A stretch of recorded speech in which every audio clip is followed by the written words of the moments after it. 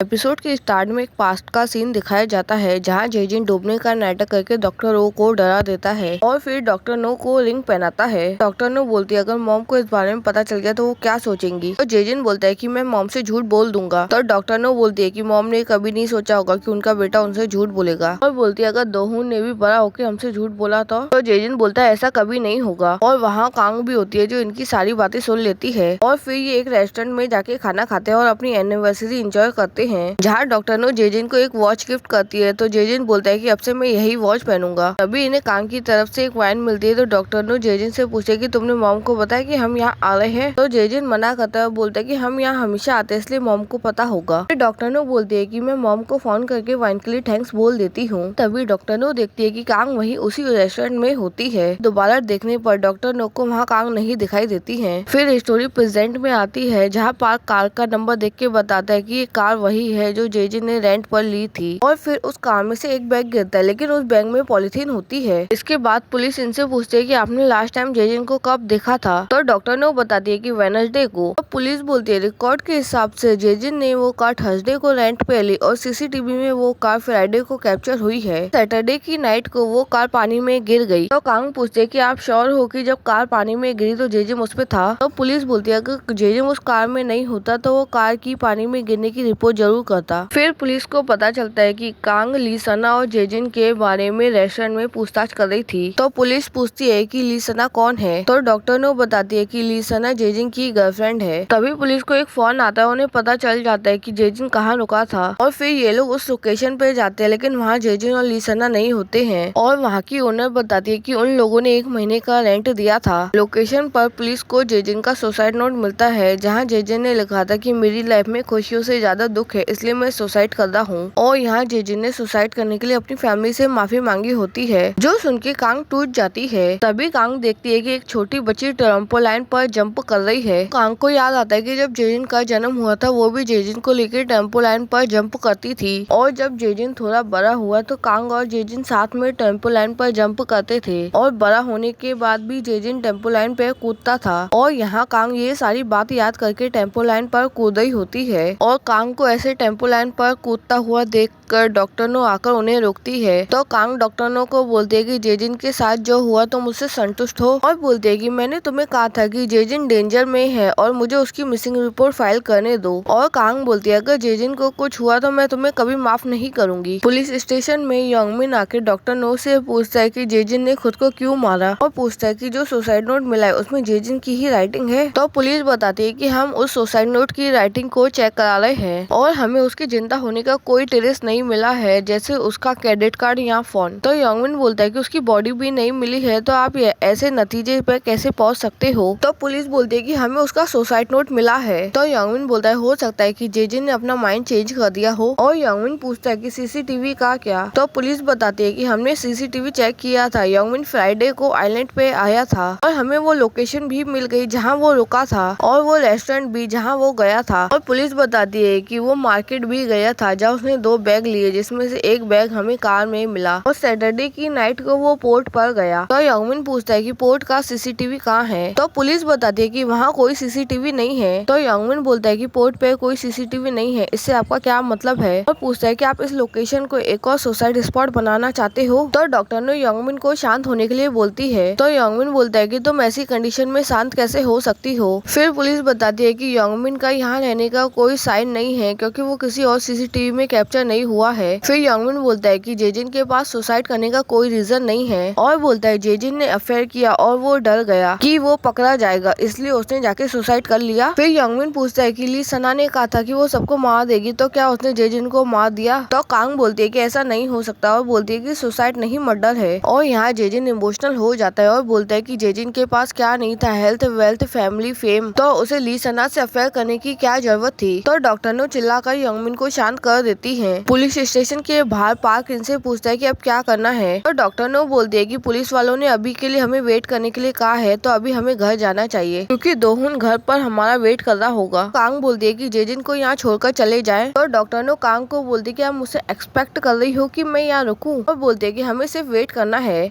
और ऐसा नहीं है कि जेजिन की लाश मिल गई है। तो कांग बोलती है कि तुम उसकी लाश मिलने का वेट कर रही हो और हमसे चाहती हो कि हम भी वैसा ही करें, और तुम ऐसा कैसे कर सकती हो, और यही रीजन है कि मेरा जेजिन पूरी तरीके से अकेला हो गया था। डॉक्टर नो बोलती है कि जेजिन ने मुझे चीट किया और ली सना के साथ जाके सुसाइड कर लिया, ऐसे में आप मुझसे चाहती हो कि मैं उसके लिए सैड हूँ। तो कांग बोलती है कि चीटिंग में कौन सी बड़ी बात है, और यहाँ शायद जेजिन मर गया है। तो डॉक्टर नो बोलते है कि यही रीजन है कि मैं शांत हूँ और मुझे मेरे बेटे दोहुन का भी ध्यान रखना है। फिर कांग बोलती है कि जेजिन मरा नहीं जिंदा है और मैं अपने जेजिन को ढूंढ लूंगी, और ये बोल के कांग पार्क के साथ चली जाती है। इसके बाद डॉक्टर नो दोहुन को फोन करती है, लेकिन दोहुन का फोन मुंतेहा उठाता है और बताता है कि जब मैं दोहुन को पढ़ा रहा था तो उसे बहुत मैसेजेस आ रहे थे, इसलिए मैंने उसका फोन ले लिया। तो डॉक्टर नो मुंतेहा को बोलती है कि दोहुन को इन्फॉर्म कर देना कि मैं लेट हो जाऊंगी। इसके बाद यंगमिन डॉक्टर नो को बोलता है कि जब तुमने कहा कि तुम शादी करना चाहती हो और मॉम भी हॉस्पिटल में थी तो मैं बिल्कुल अकेला पड़ गया था, और पूछता है कि अब तुम जेजिन के बिना क्या करोगी। तो डॉक्टर नो बोलती है कि जेजिन के सुसाइड में मेरा फॉल्ट है और वो डरपोक है जिसने ऐसा डिसीजन लिया। तो यंगमिन बोलता है कि तुम ऐसा कैसे बोल सकती हो, और तुम्हें लगता है कि तुम हमेशा सही हो और सब तुम्हारे ऑर्डर फॉलो करे, और तुमने कभी सोचा कि शायद तुमने जेजिन को सफोकेट कर दिया होगा। और यंगमिन बोलता है भले तुम सही हो लेकिन तब भी लोग चाहते हैं कि तुम उनकी बात सुनो। तो डॉक्टर नो बोलती है कि जेजिन ने कभी कहा कि मैं उसे सफोकेट कर रही हूँ और इसी रीजन की वजह से उसने दूसरी लड़की के साथ अफेयर किया, और तुम मुझसे चाहते हो कि मैं ये सब कुछ समझूं। डॉक्टर नो बोलती है कि मुझे ये भी नहीं पता कि अब क्या होगा, और ना मुझे ये समझ में आ रहा है कि क्या रियल है और क्या फेक, और मुझे ये भी नहीं पता कि ये वही फैमिली है जिसे मैं जानती थी, और ये सब कुछ मुझे पागल कर रहा है। लेकिन मैं इस सब की वजह से कमजोर नहीं पड़ सकती हूँ क्योंकि मैं अभी भी दोहुन की मॉम हूँ। और यहाँ डॉक्टर नो बहुत इमोशनल हो जाती है और रोने लगती है। नेक्स्ट डे दोहुन डॉक्टर नो से पूछता है कि डैड का फोन अभी भी स्विच ऑफ है, और डॉक्टर नो बोलती है कि वो बिजी होंगे। और यहाँ डॉक्टर नो फर्स्ट टाइम दोहुन के साथ सोई को देखती है, और डॉक्टर नो को याद आता है कि चौथा नंबर दोहुन का है। नेक्स्ट डे डॉक्टर नो से जेजिन के बारे में पूछती है, तो डॉक्टर नो बताती है कि जेजिन मिसिंग है और उसका सुसाइड नोट मिला है और शायद वो ली सना के साथ जाके मर गया। तो डॉक्टर ओजियून बोलती है कि ऐसा नहीं हो सकता है। तो डॉक्टर नो बोलती है कि आप सही बोल रही हो, इसलिए मुझे सब कुछ जानना है कि उस रात वेकेशन होम में क्या हुआ था। और डॉक्टर ओजियून बताती है कि उस रात जेजिन जल्दी काम से चला गया और मुझे कुछ अजीब लगा तो मैंने उसका पीछा किया, और मैं भी वेकेशन होम चली गई जहाँ लीसना ने मुझ पर अटैक किया और कहा कि सब मर जाएंगे। और डॉक्टर ओजियून से पूछते हैं अगर जेजिन ने सच में सुसाइड किया तो इसके पीछे क्या रीजन होगा, और पूछते हैं कि क्या तुम्हें कुछ अजीब लगा, यहाँ हॉस्पिटल में कोई प्रॉब्लम थी। और डॉक्टर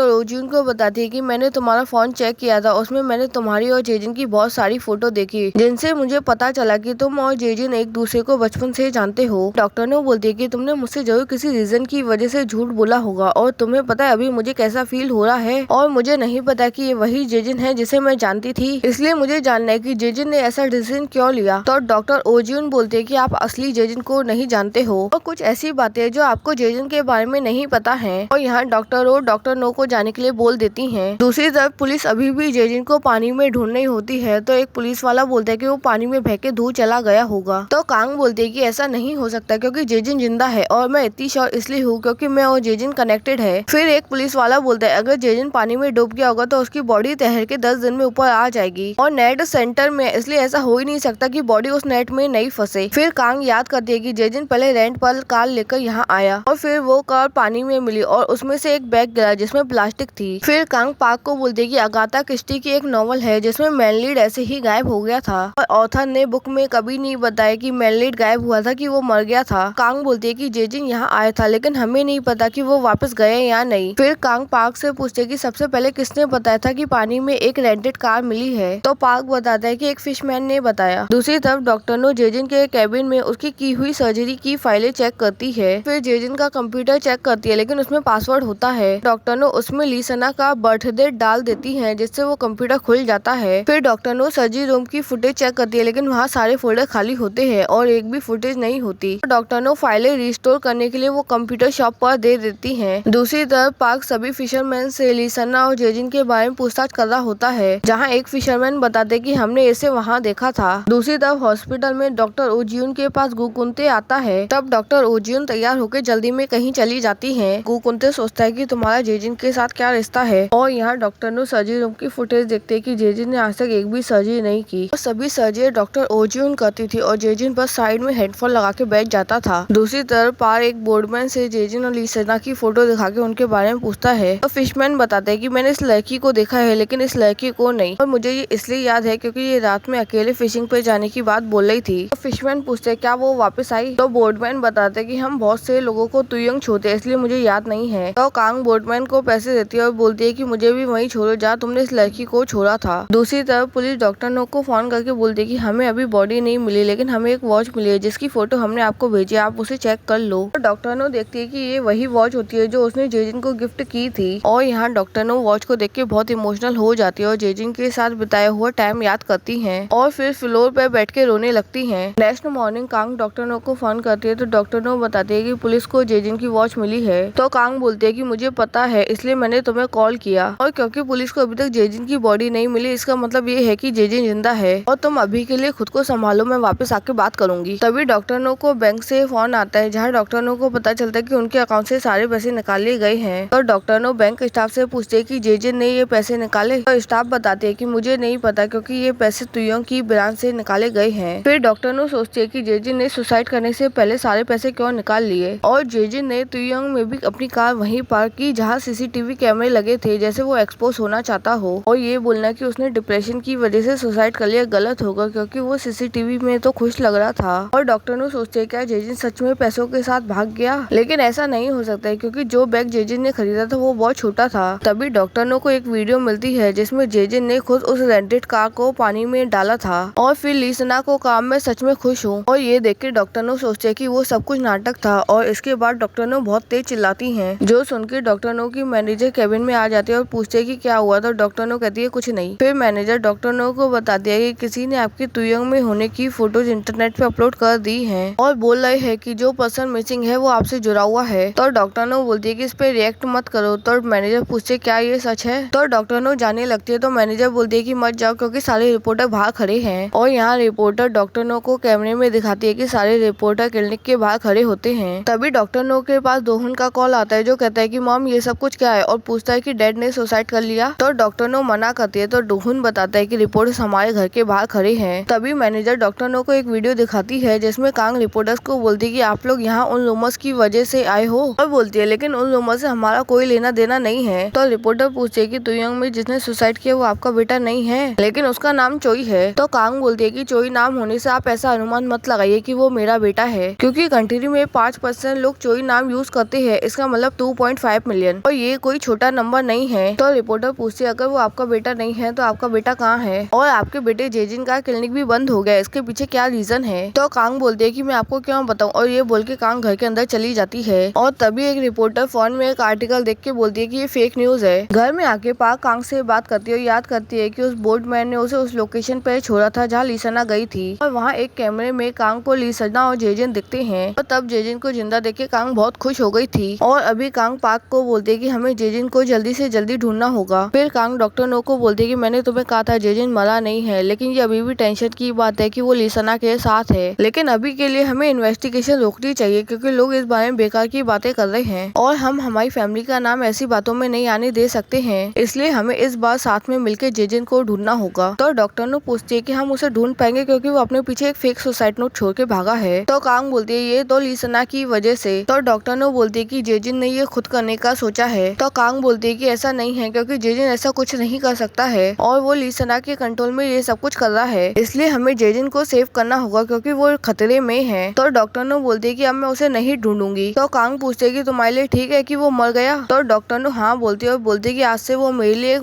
डेड पर्सन है। और यहाँ डॉक्टर नो को याद आता है कि जेजिन ने खुद कार पानी में डाली थी और कहा था कि अब मुझे कोई नहीं ढूंढ पाएगा और अब से मैं खुश रहूंगा। नेक्स्ट सीन में ली सना पुल के पास बैठ के कांग का इंटरव्यू देखती है जिसमें कांग ने कहा था कि तुयंग के सुसाइड केस से हमारी फैमिली का कोई लेना देना नहीं है, और फिर ली सना जेजिन को पकड़ के पानी में डुबा देती है और ये एपिसोड यहीं खत्म हो जाता है।